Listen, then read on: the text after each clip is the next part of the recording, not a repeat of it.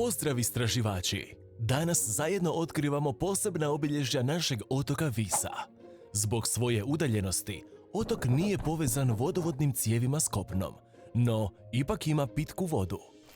Pripremite se za putovanje milijunima godina unatrag, na kojem ćemo otkriti tajnu pitke vode na otoku Visu. Prije 250 milijuna godina, u doba dinosaura, kojeg mi geolozi nazivamo Trias, naš otok još nije postojao.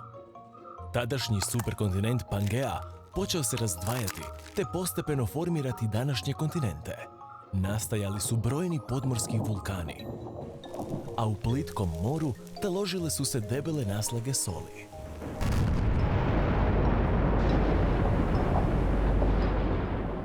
Od obale današnje Afrike odvojio se jedan mali podmorski kontinent imena Adria, koja je započela svoje milijunima godina dugo putovanje prema Europi.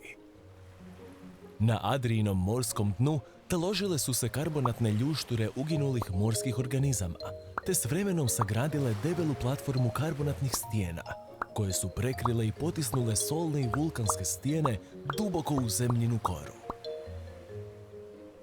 Nakon gotovo 200 milijuna godina putovanja, Adria je napokon stigla do Europe, te se sudarila s njom.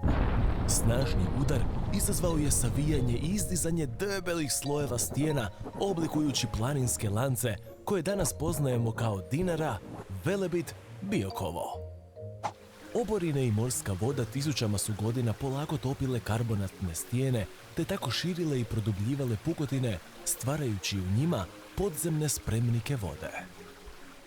Prije svega nekoliko milijuna godina, duboko zakopan usnuli solni div imena Diapir probudio se i počeo snažno probijati prema površini. Zamislite, naš div, solni Diapir, stvara nevidljivi štit koji onemogućuje morskoj vodi da prodre u pukotine u kojima čuvamo pitku vodu u podzemlju. To je zato što je solni Diapir vodonepropustan. Kako bi došli do pitke vode zarobljene duboko u karbonatnim stijenama, ljudi su prije 60 godina izbušili bunare u koritima i pizdici, iz kojih se i danas crpi voda za vodoopskrbni sustav otoka Visa. Ali naš Diapir treba pomoć.